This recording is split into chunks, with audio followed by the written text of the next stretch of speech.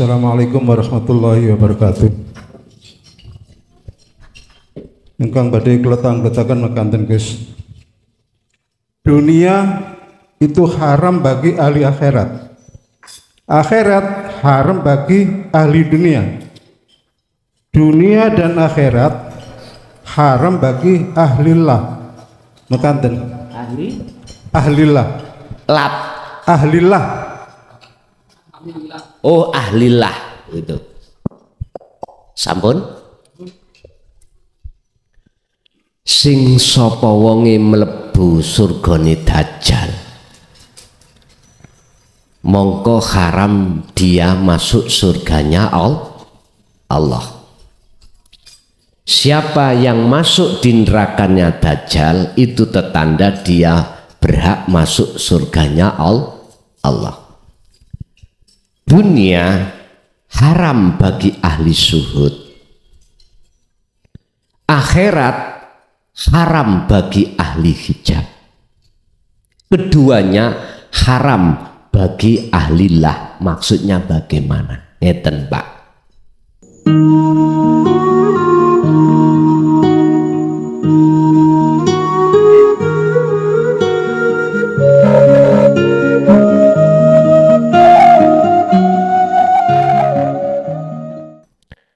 Alhamdulillah kita pada malam hari ini masih diberikan Allah anugerah berbentuk dipertemukan kita dalam rangka taklim muta'alim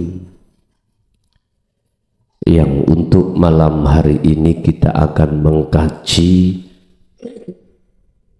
tentang ilmu tasawuf atau ilmu tauhid yang materinya adalah mengapa banyak hati manusia iku membatu iku keras atos. Apa sebab banyak hati manusia itu membatu atau keras, padahal awalnya tidak begitu. Awalnya hati kita sebagai manusia ketika saat tinggalkan alam nukot goib menuju alam dunia, hati kita lunak alias gembuk, sehingga kita waktu kecil begitu lahir nggak ada permintaan.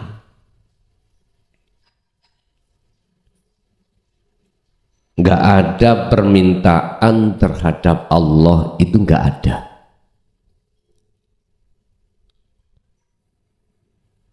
Dia menerima keadaan apapun, walaupun mohon maaf jasad kita gak jangkep,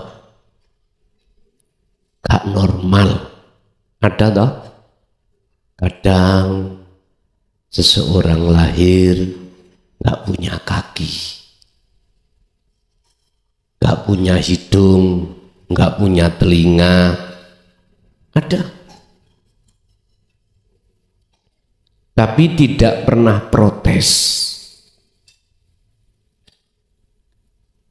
Lahir pun tidak dibawai apa-apa alias mudo blejet, ya gak protes.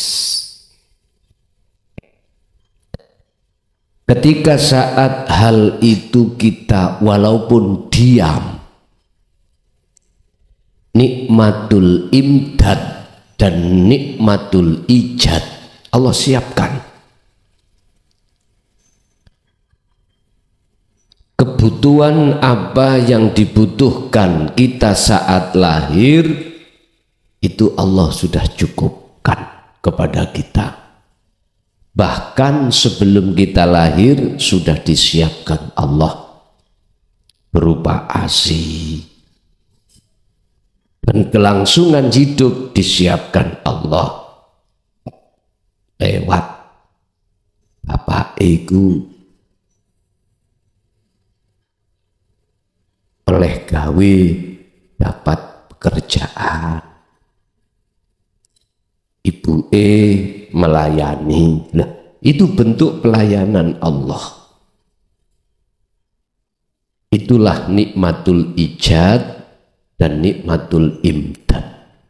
Khususnya nikmatul imdad, di mana Allah bertanggung jawab atas kelangsungan kehidupan setiap diri manusia.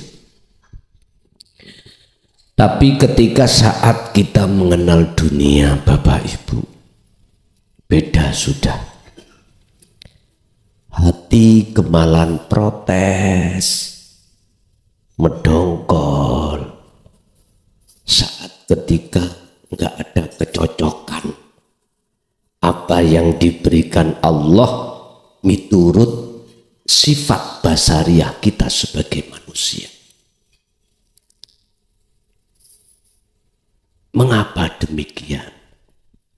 Bahkan itu tidak hanya berbulan-bulan, bahkan bertahun-tahun. Sehingga dengan begitu menjadikan hati kita itu membatu. Alasan pertama mengapa banyak manusia hatinya membatu, pertama karena menolak tentang ajaran untuk menggemburkan hati. Itulah asupan-asupan tentang ilmu robbani, ilmu tentang ketuhanan yang sering kita sebut dinut tauhid. Karena mereka menolak. Akhirnya fi qulubihim maradun, hati mereka itu atos, keras, membatu karena menolak. Apa akibatnya ketika saat diri manusia hatinya menolak tentang asupan-asupan yang bersifatkan robbani? Robbani itu ilmu ketuhanan, hidangan-hidangan yang ada kaitannya dengan ketuhanan kita tolak. Apa akibatnya? Khatamallahu ala qulubihim, Allah mengeraskan hati itu. Atau bahasa lain, Allah mengunci hati seseorang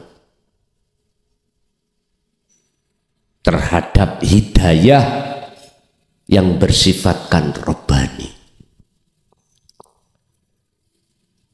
Persoalan kita itu menolak itu berbagai macam sebab. Pertama, yang menurut pengalaman saya selama hampir 24 tahun, karena soalim,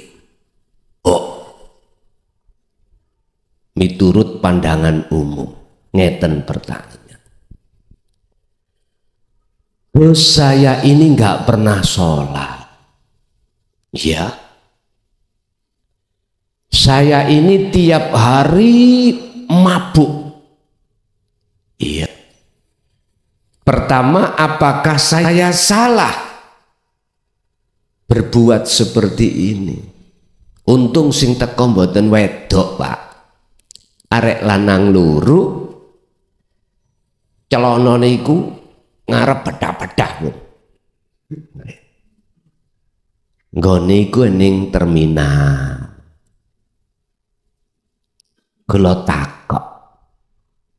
Sadurung sebelum saya jawab, saya tanya, kau bisa mengatakan itu, pernahkah kau belajar tentang ilmu tauhid? Nggih. Tahun piro? 99. Di mana? Di Gresik. Terus guru kula sedo mati. Kula niki bingung untuk mengamalkan pesan-pesan dari guru kula niki, bingung. Masalah waktu itu guru saya memberikan pengajaran itu dengan bahasa isyarat. Tapi ketika saya melihat YouTube dari teman saya, kula niki mboten nggak ada HP, tapi dituduhkan, diberitahukan teman saya, gitu, ngaji sing mungkin sampean suka. Akhirnya dilihat, digoleki, akhirnya kriya kala wau. Wis tak jawab yo. Secara hakikat Gusti Allah itu duweni maksud. Anda dilewatkan dalam maksiat. Sedaya maksiat niku. Kalau betul-betul hatimu ini wajjahtu wajhiya, no problem. Miturut pandangan hakikat. Diuber Pak kula niki. Pertanyaan kula diuber. Berhubung jawaban kula diuber, berhubung saya selok nanggone kriyan, besok kapan disambung. Tapi tak weni jawaban 2 pertanyaan. Siji, kalau betul-betul hatimu itu sudah tidak mengakui kalau dirimu yang melakukan, justru dalam hatimu itu yakin karena hentakan dari hidup di dalam dirimu yaitu Allah, gak salah. Tapi ojo dirungokno wong syariat. Kok dilono ustad gendeng.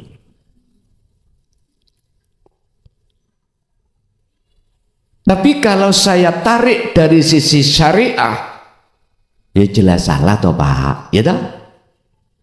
Karena syariat itu memandang makhluke, memandang fisik.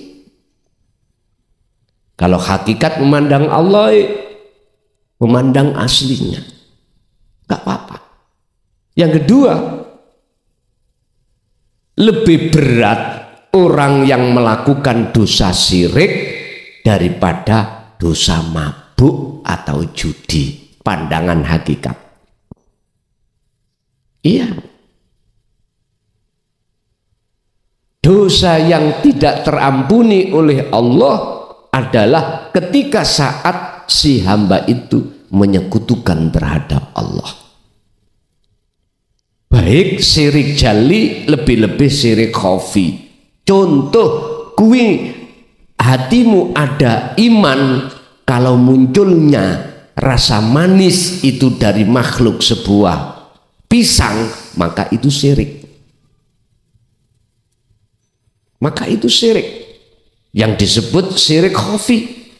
Padahal ini membudaya di tengah masyarakat. Kalau masyarakat itu masih teringgapi syirik khafi.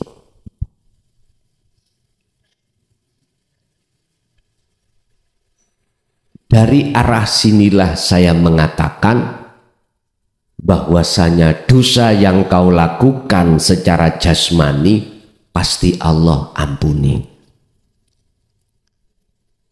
Dosa syirik aja bisa diampuni dengan catatan taubatan nasuha. Artinya tidak mengulangi kembali. Bapak Ibu hadirin itu dapat kado saya tadi yang punya maksud dan arti, ya dah, jikalau jenengan sementara waktu diperlakukan Allah jasadmu maksiat, tolong ruhaniyahmu, hatimu, pandanglah selalu Allah.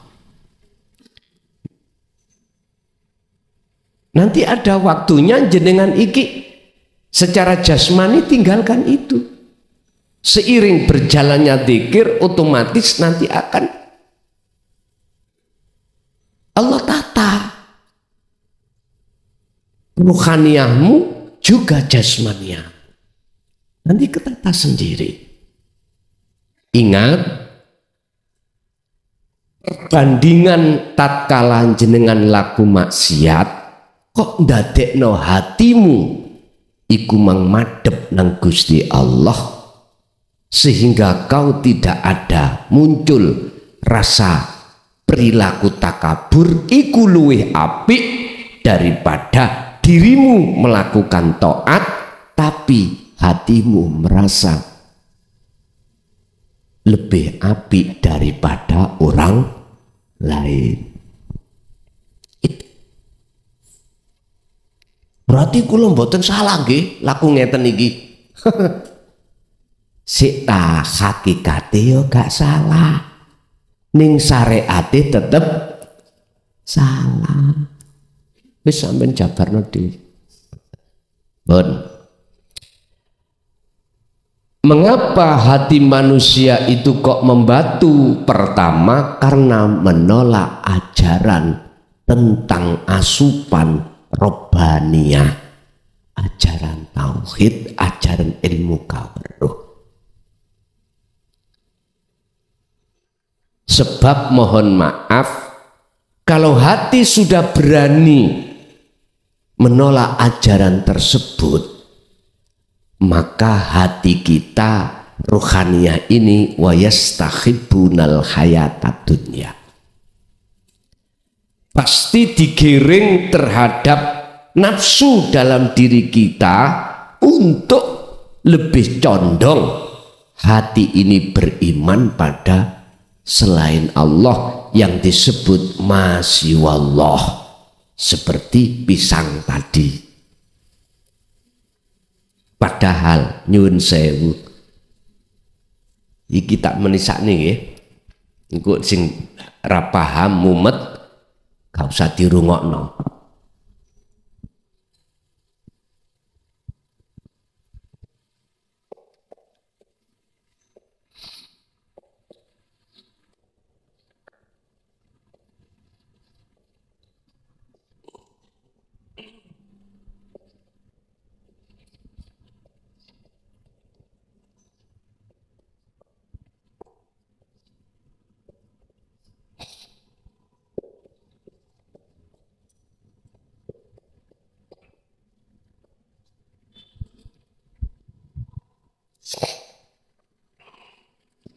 Berhubung iki bahas robani, aku gak bahas jasad, bahas roh langsung. Ruh itu, Pak, di situ Allah sandingi dua macam sifat.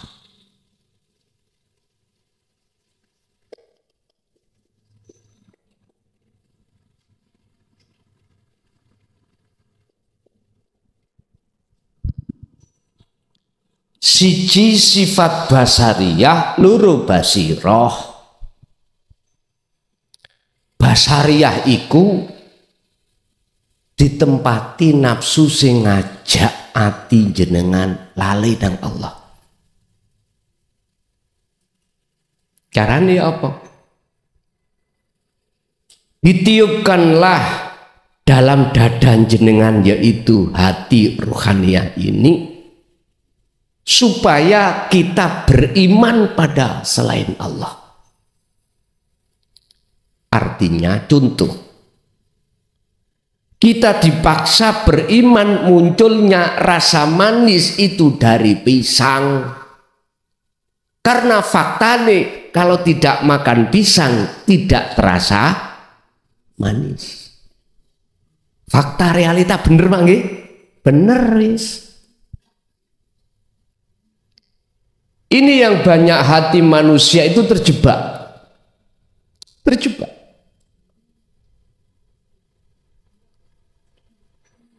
Padahal sak njurune rasa iku, rasa manis iku ana nur makrifat, sak njurune nur makrifat iku ana urip.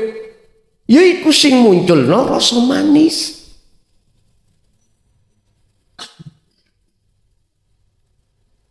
Buktine ndi? Wong niku mesti takok tahlile ndi?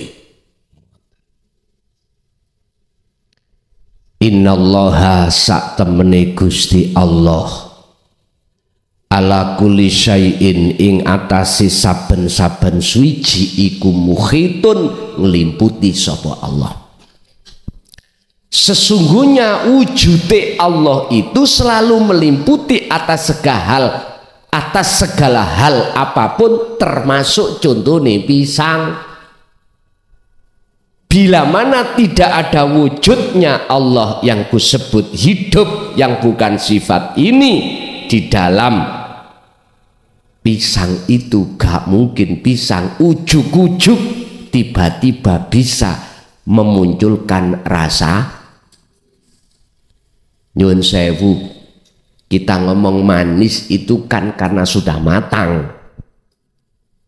Coba sikat pentil sepet, kok iso sepet dadi mah? Prosesnya bagaimana itu? Siapa yang memproses? Apakah pisang itu yang memproses? Bukan.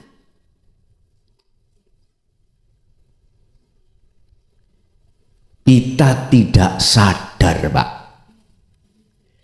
kalau di dalam dan di luar makhluk itu ada wujudnya Allah.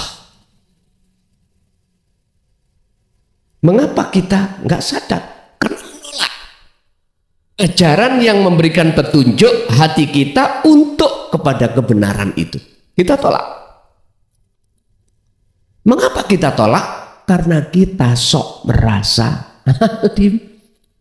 merasa luwih apik daripada orang lain.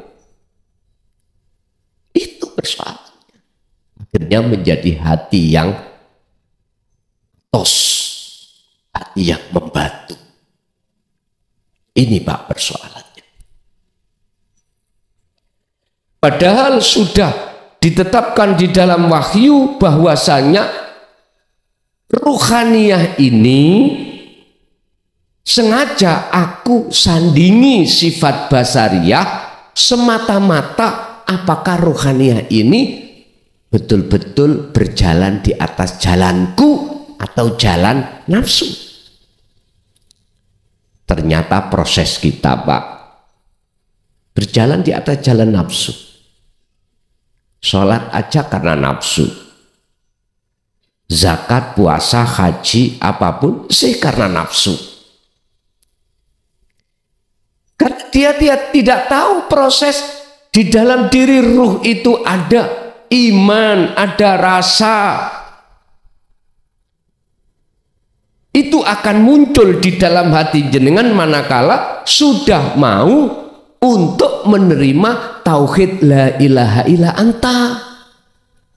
Baru buka sudah.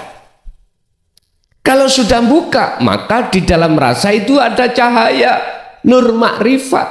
Artinya nur makrifat akan jatuh dan dinyalakan Allah di dalam jagatnya hati jenengan manakala jenengan sudah dzikir rasa. Kalau belum, nggak bisa.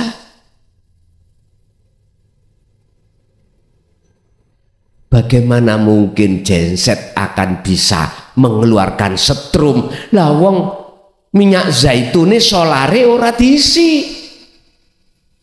Starter koyo apa oglengen. Solare nek ora enek. ya mak upluk. Dibaleni maneh ya mak upluk. Tuas pegel jenengan. Minyak zaitunnya ditolak. Tapi minyak zaitun diterima, dimasukkan diesel, genset, deukleng, wong, uduk, akhirnya menghasilkan satu putaran pada frekuensi yang telah ditentukan sehingga dinamo itu akan mengeluarkan AC DC. Setrum AC, setrum DC. Akhirnya disalurkan ning kabel, dikasihlah lampu, akhirnya menyala. Wong Islam kalau tidak mengenal dzikir rasa, sirul asror, mohal hatinya itu Allah menyalakan cahaya makrifat. Mohal ora iso alias mohal itu gak mungkin. Miturut sistem itu begitu, gak boleh, harus lampu akan menyala manakala dialiri setrum, entah setrum AC, entah setrum DC. Ngerti AC DC Pak? Nek AC ku bolak balik, nek DC ora bolak balik, satu arah. Sing ngerti elektro mantuk, sing gak ngerti ndelok omong. Yes, begitulah kira-kira Bapak Ibu. Kalau dzikir rasa iki mang sudah terjadi pada hati jenengan, sudah dipastikan Allah akan menyalakan nur makrifat dalam hati jenengan. Ketika nur makrifat menyala, maka sifat basariah di dalam hati jenengan buyar, terusir.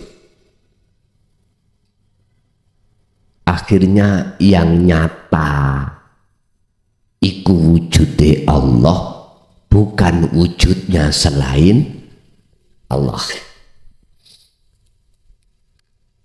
Ya wantem Gusti Allah lewat bojone rewel guyu ya santai ae. Karena jenengan tembus Allah di situ. Gusti Allah lucu. Uring-uring aku. Sebab yang gak nyekel duit. Dimana apa? Anak iki sekolah-sekolah. Jenengan guyang. Ittaqullah haitsuma kunta, kata Rasul. Pegangan itu terus, pasti kok akan datang. Apa sing dibutuhno nikmatul imdad, kebutuhan-kebutuhan. Berhubung manusia itu tidak ada di situ, mesti isine ati khawatir dengan masa depan. Khawatir mangan apa, makan apa, istriku kok khawatir. Bapak Ibu hadirin, kembali kepada materi yang menjadikan hati manusia itu atos karena menolak ajaran dinut tauhid. Yang kedua, seperti apa banyak manusia hatinya itu membatu karena dia kena bujuk rayunya hawa nafsu dalam dirinya masing-masing. Ringkese nafsu bujuki kita iku ngene. Ruhaniah hati kita dipaksa untuk ngaku-ngaku. aku sing iso ngene iso ngono, bisa ini bisa itu, aku sing duwe ngene duwe ngono, macem-macem. Bahkan mohon maaf, bajunya Allah itu kita rampas. Pertama, kita tahu sifat wajib Allah itu nggak boleh dimiliki selain Allah. Contoh wujud.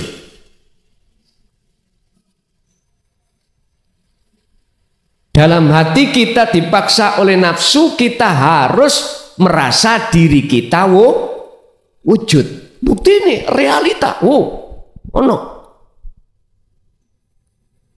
Disoteng CCTV, lu wajahku toh, aku. Nyun sewu dulur, ilmu tauhid iku ojo kok padu dengan ilmu syariat. Ojo kok terima dengan teori syariat. Ora masuk. Nyatane wujud. Lah, ilmu syariat dah. Sekarang tak tanya, asalnya kamu wujud apa enggak? Enggak. Diwujudkan siapa? Ya sing wujud. Sopo? Allah. Oke. Pantaskah kau merasa punya sifat wujud? Ojo mekengkeng bohong. Wong nek duweni sifat wujud wajib gak boleh dia itu fana. Nyatane fana. Terus sing wujudno sampean sapa? Allah. Ya. Saiki aku takon. Sampean kalau yakin kalau Allah wujud bagaimana? Wis embuh pokoke wujud. Repot nggih musuh wong ngeten iki? Repot. Justru kewujudan Allah itu lo gak nyata pada dirimu sebab kau merasa dirimu wujud. Embuson aku melok ngajakmu tak bingung. Wis ngombe kopi ae. Memang kudu bingung dulu, Pak. Oh, kita dulu waktu pertama kali belajar bahasa Inggris saya bingung tak nggih. Wong kula SMP niku sanawiyah ning pondok niku guru bahasa Inggris nek wae jadwal tak dongakno mencret kok. Ben gak mulang. Karena mboten dong. Mboten paham sampai sekarang.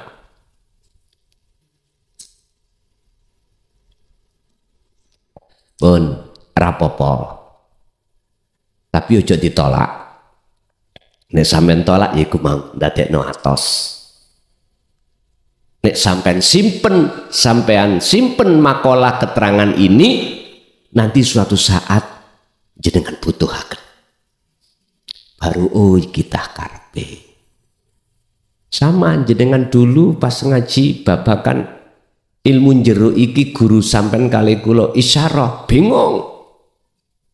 Bose sampean purun mau menyimpan. Akhirnya suatu saat Allah menggelar dengan bahasa terang-terangan. Jawab sampean ya, oh iki karepe guruku piye. Akhirnya dong. Pun Bapak Ibu, faktor kedua mengapa hati kami itu manusia kok atos membatu, karena kita telah masuk dalam perangkapnya nafsu kita, yang nafsu itu memaksa terhadap diri kita untuk ngaku. Belum lagi sifat ma'ani 7 loh ya. Kudrat, irodat, ilmu, khayat, sama, basor, kalam, dipaksa untuk bisa berkehendak, kehendakku, dipaksa untuk kuat, kuatku, dipaksa apa? Kudrat, irodat, ilmu, ngalim, ngalimku, ngertiku, hayat, hidup, hidupku, sama, basar, kalam, disuruh untuk merasa aku nih hamba yang bisa mendengar, melihat, berucap, itu kita rampas. Ya ini loh Pak yang menjadi atose hati kita. Akhirnya muncullah satu buah yang di dalam Al-Quran disebut buah zakum. Buah di mana muncul dan timbul di dalam neraka. Siapa yang memakannya, mohon maaf, buahnya itu gerabean sampean iki lenyap. Ngerti gerabean? Jeroan, ya ususe, ya paru-parone kabeh iki logrok. Seperti timah yang mendidih di sampean ombe. Ya apa rasane? Timah yang mendidih nih lho Pak. Mendidihnya bukan 100 derajat, ribuan derajat. Itulah disebut buah zakum. Apa maksudnya? Itulah hasud, riya, takabur, dan lain sebagainya. Akhirnya kitalah yang dimaksud Allah. Sebagian besar manusia itu dalam kerugian yang amat besar, sengsara yang amat besar. Siapa mereka?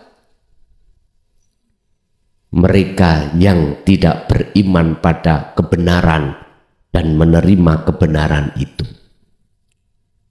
Yang kedua, dia selalu nuruti bisikane hawa nafsu. Sekarang solusinya, bagaimana caranya hati kami yang asalnya membatu sehingga menjadi lunak itu bagaimana? Kebalikan keterangan itu dijawab di dalam surat Az-Zumar 17:18. Alladzina yastami'unal qaula.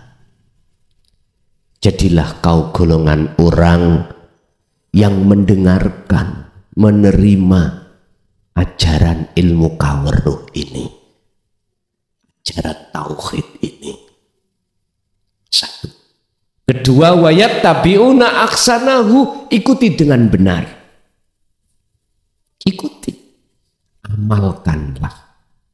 Ringkese cara ngamalke, segala hal apa yang terjadi pada diri jenengan, ojo munculno keakuanmu yang merasa melakukan. Tetapkanlah, munculkan keakuannya Allah dalam dirimu yang melakukan, yang memiliki, yang melakukan, yang menguasai, dan lain sebagainya. Udah itu aja. Nanti lama-kelamaan Allah akan menyalakan nur makrifat dalam hatimu, sekalipun jasadmu itu ahli maksiat.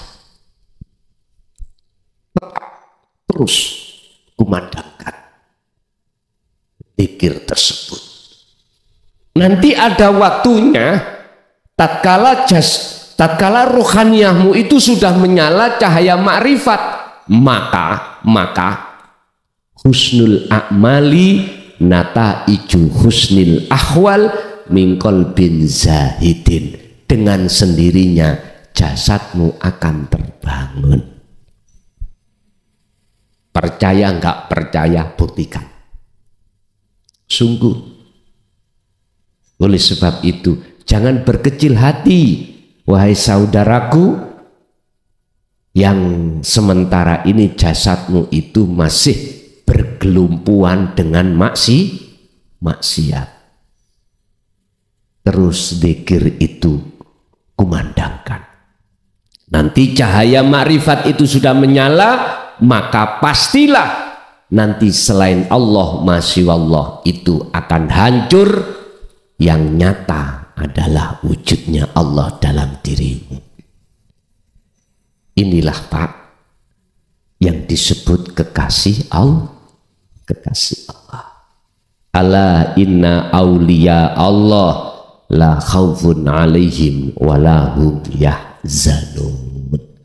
Wis, damai hidup santausa. Siapa ketika saat di dunia sudah mencapai derajat yang seperti ini, maka itulah yang dimaksud Allah dalam satu ayat, ya ayyuhalladzina amanu taqullaha haqqa tuqatih wa la tamutunna illa wa antum muslimun. Mesti dia matinya husnul khotimah di mata Allah. Siapa yang belum sampai di sini, kebalikannya, matinya su'ul khotimah di mata Allah, bukan di pandangan manusia. Makanya ada istilah syahid dunya, syahid akhirat. Syahid dunya belum tentu syahid akhirat. Syahid akhirat belum tentu juga syahid dunia. Itu tadi pandangan manusia dunia, pandangan Allah akhirat. Sing penting pandangan Allah. Kuncinya ada di situ. Jadi manakala ingin lunak hati kita alias tidak membatu, maka terimalah, dengarkanlah, fahamilah, lalu laksanakanlah petunjuk-petunjuk di dalam ilmu itu. Dengan begitu maka di dalam rasa akan memunculkan nur makrifat atau cahaya. Di dalam cahaya itu ada hidup. Itulah Allah Subhanahu wa ta'ala. Ringkesi ngaji tauhid yo nek kene iki. Walaupun ilmunya itu bagaikan lautan, nggak ada tepinya. Muaranya itu di sini. Ringkesi teng mriki. Bapak Ibu, silahkan jenengan meraih ahli tahqiq. Ahli tahqiq itu ahli ilmu tauhid yang tidak ada batasnya, silahkan. Tapi itu enggak ada gunanya manakala tidak lekas kita lakukan praktek yang namanya dzikir tadi. Tidak bisa mencapai kemakrifatan pada Allah. Ingat, cahaya makrifat, cahaya nih, satu menir rais, satu beras ditaruh di jagatnya dunia, srengenge itu langsung surup. Bukan surupnya itu tidak menyala, tapi kalah benter sehingga koyok-koyok surup atau padam. Sama toh, kalau kata malam hari matahari tidak bersinar, kita melihat lampu-lampu di jalan bentar dia Merkuri 1000 watt, tapi besok coba jangan dimatikan lampunya di jalan-jalan, matahari naik, sampai lihatlah cahayanya, lampu itu akan padam, artinya kalah bentar, seakan-akan gak ono gunane. Iku satu menir, satu res, satu beras, cahaya makrifat mendahno sak gegem. Mendahno bahasa Indonesia mendahno. Jikalau malah satu gegem, wong satu beras saja ngalahkan cahayanya benteri matahari. Saking benteri Pak, akhirnya segala sesuatu selain Allah itu fana. Itu Allah terangkan di dalam surah Al-Baqarah ayat 257. Allahu waliyul ladina amanu yukhrijuhum minal zulumati ilan nur. Jikalau cahaya makrifat itu ada di dalam hatimu, sudah menyala, yukhrijuhum minal zulumati ilan nur, kegelapan itu akan sirna, diganti terang benderang. Bahasa murad, jikalau Allah itu kau jadikan sebagai pemimpinmu, penolongmu, maka kau akan dihindarkan. Kegelapan itu akan dihilangkan oleh Allah, diganti dengan terang, benar. Sekarang kebalikannya ayat itu, walladzina kafaru awliya'uhumut tauhid yukhrijunahum minan nuri ila dzulumat. Jikalau di dalam hatimu itu kamu penuhi perkara iman selain Allah, maka hatimu akan menjadi gelap gulita. Wong Jawa mengatakan peteng dedet. Ya wis, dikatakan peteng dedet, alami gak ada cahaya, moto wuto. Ya wis, itu peteng dedet. Bapak Ibu hadirin, sudah saya jelaskan sebab apa hati kita membatu, lalu saya kasih solusi bagaimana caranya tidak membatu. Itulah apa yang kusampaikan. Yang disampaikan ini tadi barangkali ada yang kurang paham atau di situ kok yo sik ngeluh, monggo barangkali ada yang ingin bertanya, kami persilakan. Assalamualaikum warahmatullahi wabarakatuh. Waalaikumsalam. Ini di luar materi, Gus. Tatkala Allah memperdengarkan dan memperlihatkan firman-Nya yang tertuang di dalam surat Ibrahim ayat 46. Bumi niki bergetar. Napa niki wonten hubungane kalian kalam panjenengan? Ada apa di tahun 2025? Ingkang nomor kalih, secara mutasyabihah padang mahsyar niku napa? Matur sembah nuwun. Assalamualaikum warahmatullahi wabarakatuh. Waalaikumsalam warahmatullahi wabarakatuh. Tolong jangan memandang wahyu itu datangnya dari lesan saya. Jangan. Tolong lihatlah datangnya dari Allah. Kalau jenengan memandangnya dari Allah, maka tak benarkan. Tatkala ayat Allah, wahyu Allah diturunkan di gunung, maka terbelahlah gunung itu dan semuanya ketakutan. Dan dia selalu bertahmid dan bertasbih. Gunung itu loh Pak.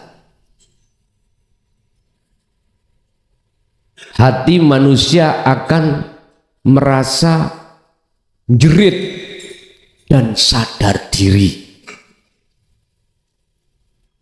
tatkala dawuh itu menusuk di dalam hati kita dan kita terima.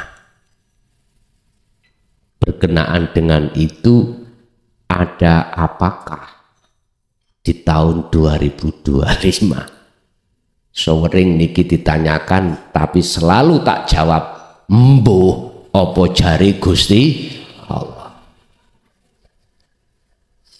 Tapi saya akan berani bersumpah atas pengalaman-pengalaman dawuh-dawuh Allah terhadap para rasul sebelum Kanjeng Nabi Muhammad. Semuanya itu gini Pak, umat itu akan dihabiskan Allah. Tatkala umat itu tetap menolak, bahkan ngatain wahyu Allah, wahyu Tuhan itu menyesatkan. Itu tadi karena atos, hatinya membatu. Saya melihat sejarah-sejarah umat sebelum umatnya Kanjeng Nabi Muhammad, semua dihapus, dihancurkan Allah. Sekarang pertanyaannya, sudah 14 abad ini umat Rasulullah Muhammad ini masihkah bersikukuh menolak ajaran dinut tauhid? Kalau iya, wallahi akan terjadi seperti umat-umat yang sudah-sudah dulu. Urusan kapannya itu yang tahu cuman Allah.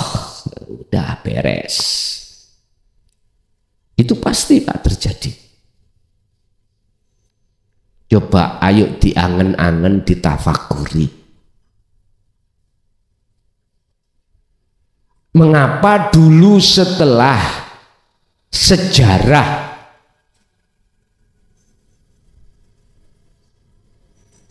Sayyidina Ali dibunuh oleh kaum Khawarij, ajaran ini terkesan disembunyikan? Mengapa? Akhirnya kita sebagai umat sangat susah mencari kebenaran yang sejati. Mengapa?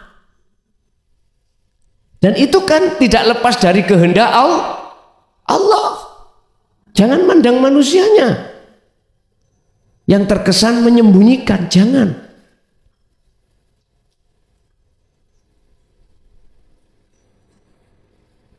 Dengan bahasa kalam Allah yang memakai kalam isyarah, bagaimana keadaan hati kaum?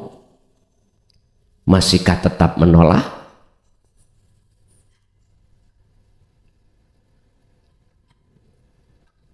Gusti Allah nggawe alasan ku cek gak sampean salahno. Oke, nek alasanmu gak paham sebab isyarah, sekarang tak ubah secara terang.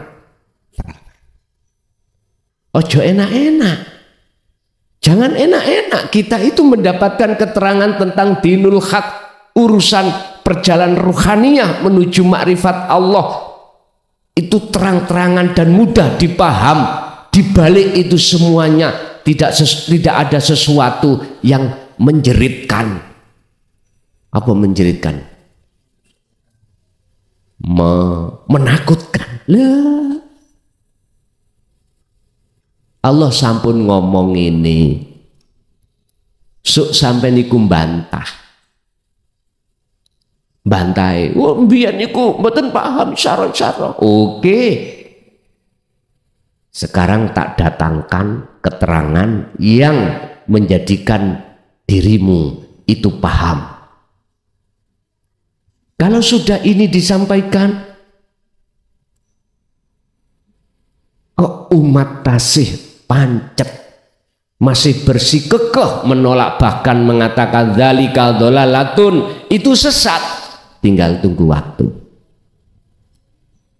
Wa ahlaknahum, dan kuhancurkan mereka itu dengan caraku sendiri. Sampeyan titeni iku kok tekone iku pertama ngomong waktu, ya ngomong waktu nih. Waktu jenengan iki istirahat. Waktu banyak manusia istirahat. Akhirnya lalai. Kapan waktu istirahat? Bisa malam, bisa habis subuh. Bisa jadi waktu istirahat nggak kerja, nyantai-nyantai siang hari. Waktu istirahat jam berapa? 12. Sampeyan titeni iku. Mesti kok terjadinya ada di situ.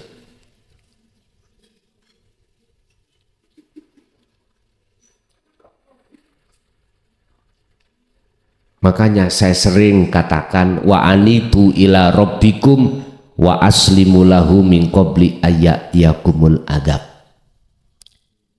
Sisa umur kita ini tinggal berapa tahun kita tidak tahu. Lekaslah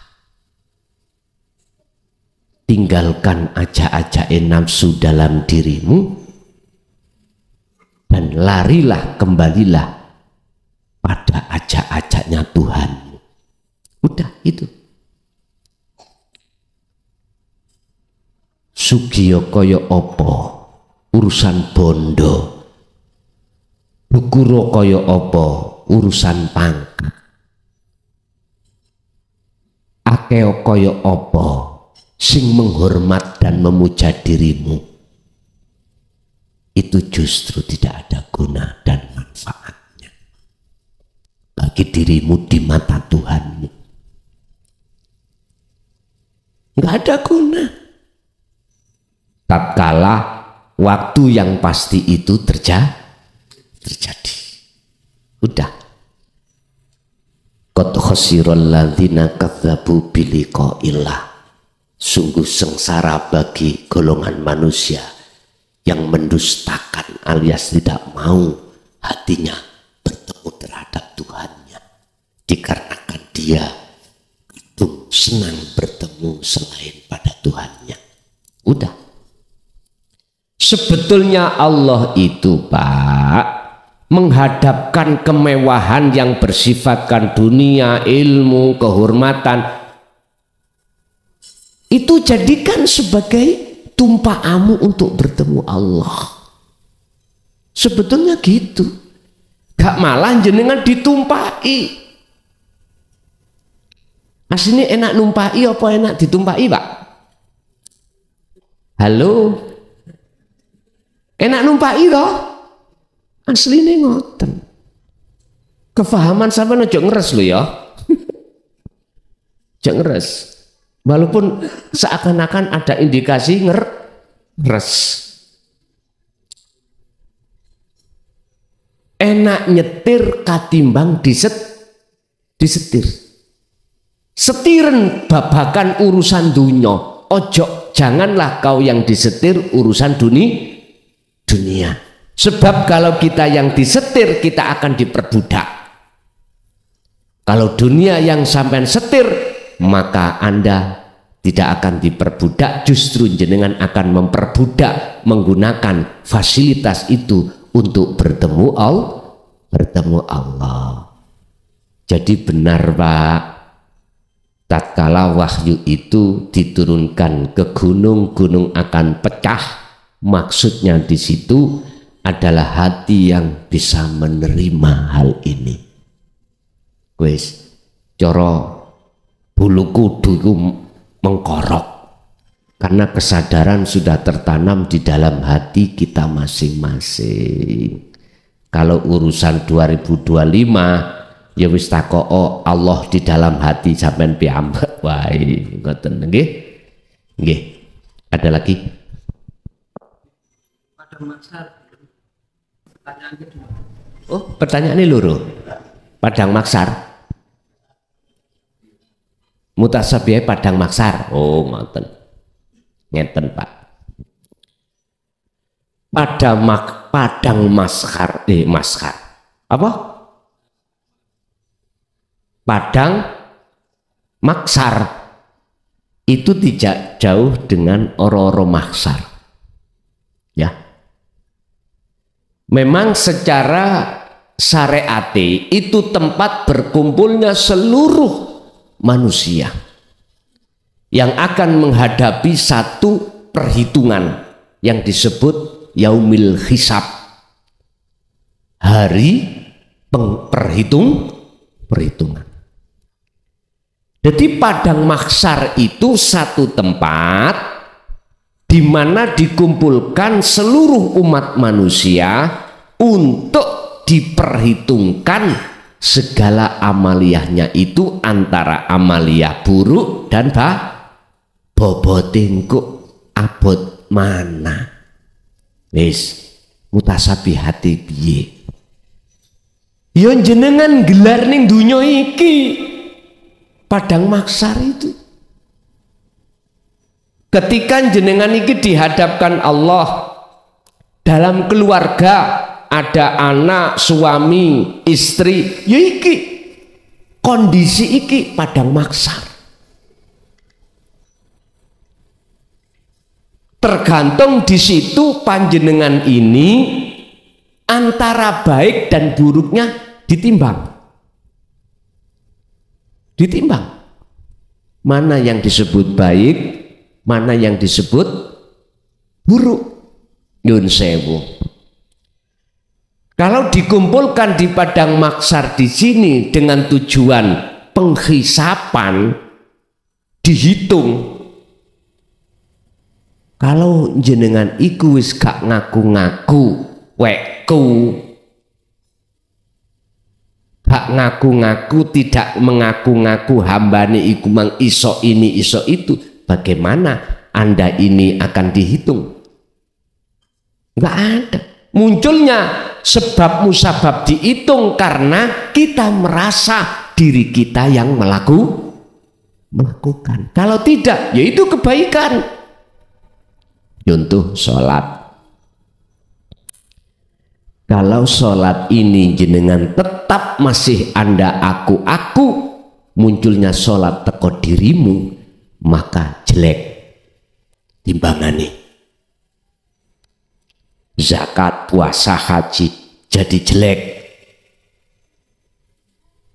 miturut pandangan Allah. Berarti timbangane iki mang jelek kabeh, jelek semuanya, ditambah laku ibadah sing tidak murni. Mak belek.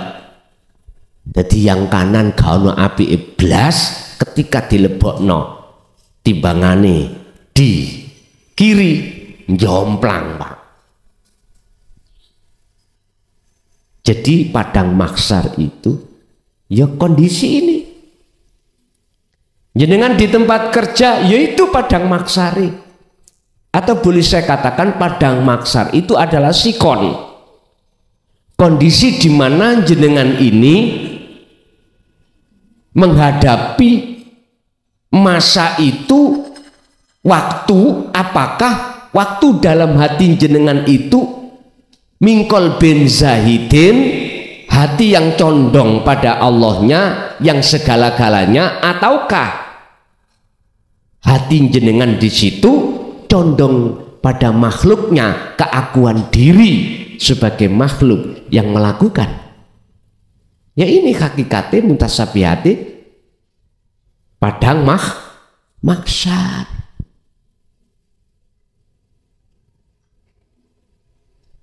Dalam suasana sholat waktu itu ya padang mahsyar. Tinggal itu yang muncul baik di mata Allah apa jelek, hanya itu.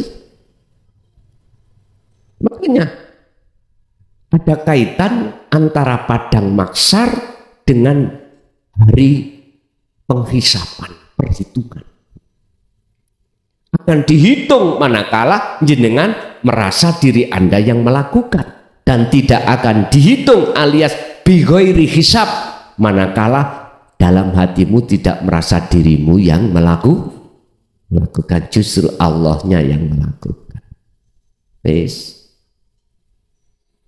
Kata Rasul, golongan yang seperti ini kalbarki, langsung seperti kilat.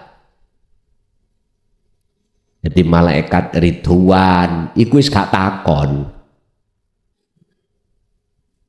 tiketmu apa iso mlebu rene, mboten takon. Ngomongi mek ngene, udkhuluha bisalamin aminin. Monggo mlebet sampean pilih. Bisalamin aminin, dengan perjalanan yang selamat santausa. Nyun sewu, kita pernah mendengarkan makalah sing sapa wonge korban sapi suk numpak sapi. Sapa sing kurban wedhus suk numpak wedhus. Ya semandar sapine gak mencret. Ingat Pak, korban itu sampai buka dalam surat Maidah ayat 27. Kurban yang diterima itu adalah kurban manakala innama yataqabbalullahu minal muttaqin, didasari hati yang bertakwa, Hati yang bertakwa, hati yang condong karena Allah.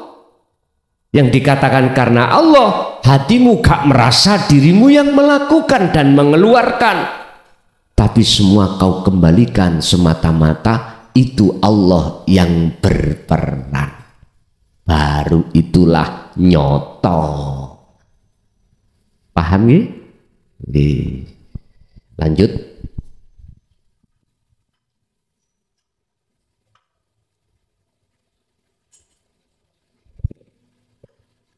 Assalamualaikum warahmatullahi wabarakatuh. Mohon maaf Gus, ini juga di luar materi. Di dalam ilmu hakikat ada dua Quran. Yang pertama Al-Quran Karim dan Al-Quran Qadim.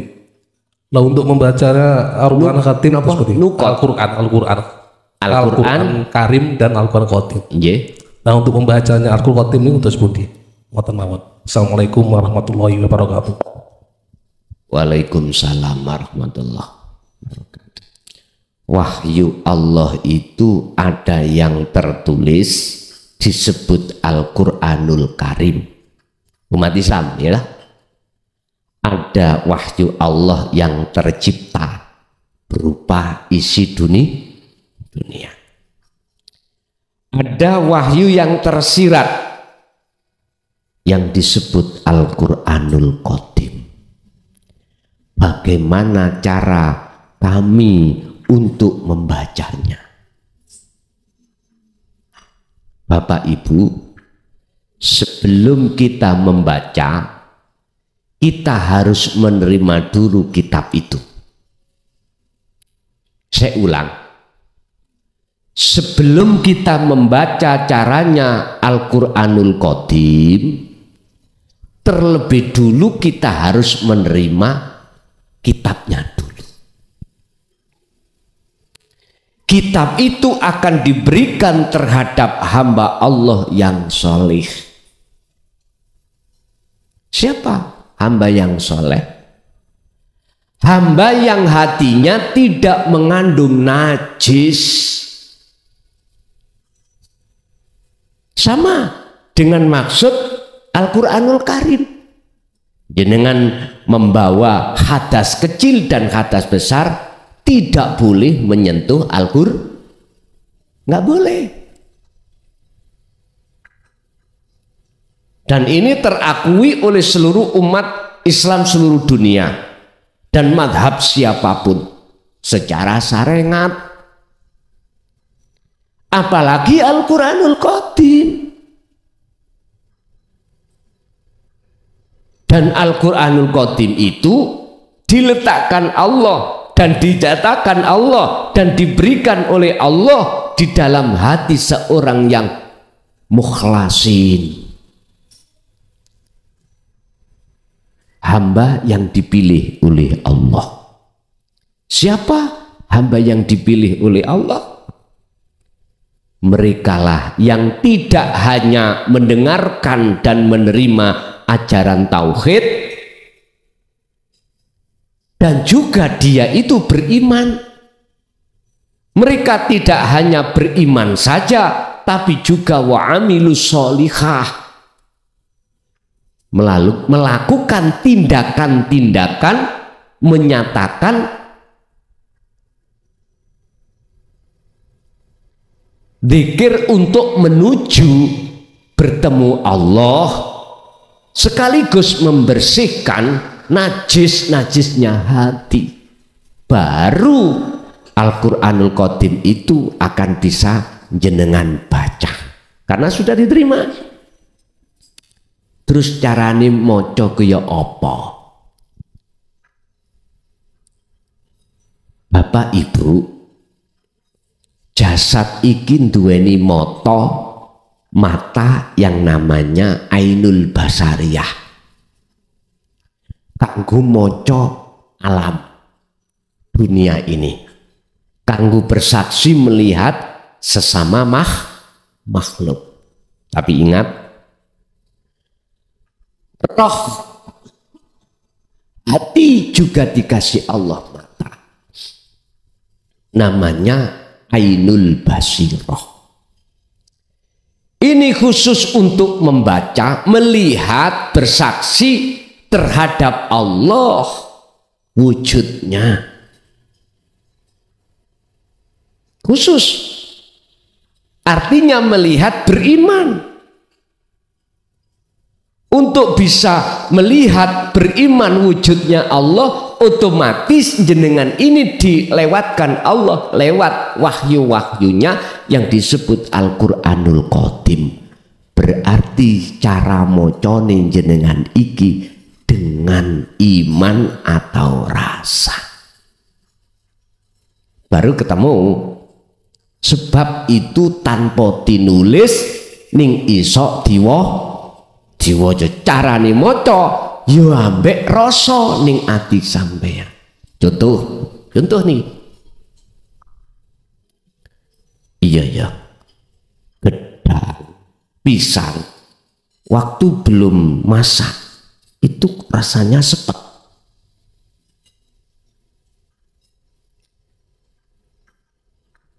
Sehingga kalau sudah tua, sudah masak, kok rasanya itu beda. Sekarang menjadi manis. Terus manis dari mana ya? Rasa manis.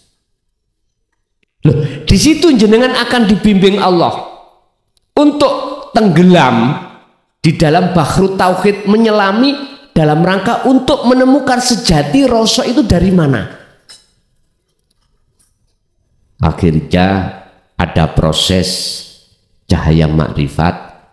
Setelah itu terakhir adalah Allah wujudnya, yaitu disebut hidup. Nah, ini caranya baca. Nanti di situ. Akhirnya ketika saat ditampilkan ayat-ayat yang bersifatkan tertulis atau tercipta, langsung sampai bisa weruh makna mutasabihatnya. Berarti dalam hati sebetulnya itu enggak dikeluarkan, Pak, tapi berhubung zamannya sudah terang-terangan dikeluarkan. Nyo kilo karepe.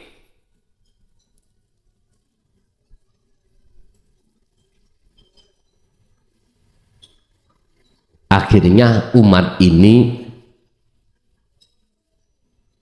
banyak yang dong atau paham. Oh iya. Nah selanjutnya ya buktikan kefahaman itu dalam bentuk wa amilus sholihah. Dengan bentuk ruhaniyahmu harus selalu berzikir dan berzikir. Itu Pak ya caranya membaca Al-Qur'anul Qadim dengan rasa. Rasa itu iman. Lah iman yang manakah yang bisa membaca isi daripada Al-Qur'anul Qadim? Iman yang sudah ihsan, iman yang sudah benar. Iman yang sudah benar Rasulullah katakan anta budallaha ka'annaka lahu taro. Jadi kuwi bisa nerombol di dalam diri makhluk wujudnya Allah itu. Jadi wis gak ada penghalang. Jikalau tidak bisa kau melihat wujudnya Allah, fa ilam taro, ya mongko seakan-akan dalam hatimu ada rasa selalu dilihat oleh Allah. Lihat oleh Allah begitu. Nggih. Lanjut.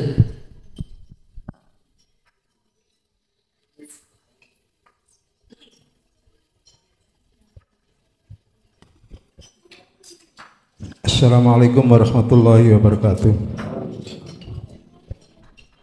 Ingkang badhe kula tanggetaken mekanten Gus. Dunia itu haram bagi ahli akhirat. Akhirat haram bagi ahli dunia. Dunia dan akhirat haram bagi ahlillah. Mekanten. Ahlillah. Lap. Ahlillah. Oh ahlillah itu. Sampun. Sing sapa wonge mlebu surgane Dajjal, mongko haram dia masuk surganya Allah.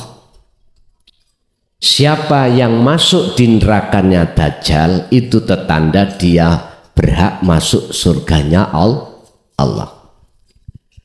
Dunia haram bagi ahli zuhud, akhirat haram bagi ahli hijab. Keduanya haram bagi ahlillah. Maksudnya bagaimana? Ngeten Pak. Ahli zuhud itu mengapa dikatakan haram? Karena dia sudah tahu kalau dunia itu, mohon maaf, sifatnya nipu. Tahu sudah. Makanya gak mungkin dia akan mau untuk masuk di dalam perkara-perkara bersifatkan dunia. Walaupun secara jasmani tenggelam di dalam dunia, ruhaniyahnya itu hanya tenggelam di dalam akhirat. Karena sudah nggak ada penghalang. Beda dengan ahli hijab. Haram akhiratnya. Karena apa? Dia terhijab, akhirnya nggak bisa masuk ke alam akhirat. Sehingga dunia ini menjadi kuburan ahli hijab. Tapi tidak menjadi kuburan ahli zuhud. Tidak. Karena barzahnya sudah roboh. Penghalangnya sudah roboh. Sama halnya gini.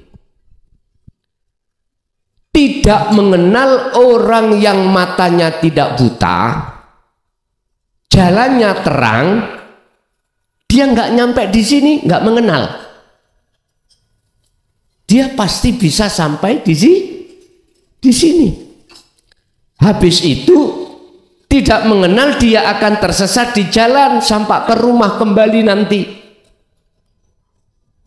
Dia tahu jalan menuju ke rumah, jalannya juga terang, matanya tidak buta. Tapi ini tidak berlaku bagi ahli hijab, ahli yang matanya buta.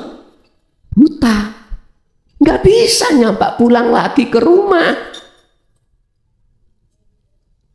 Karena dia terselimuti dengan gelap gulita. Terus ahlillah dunia akhirat itu gak berlaku karena ahlillah itu adalah, mohon maaf, sifatnya makhluk berupa dunia, sifatnya makhluk berupa akhirat karena masih ke buku alam.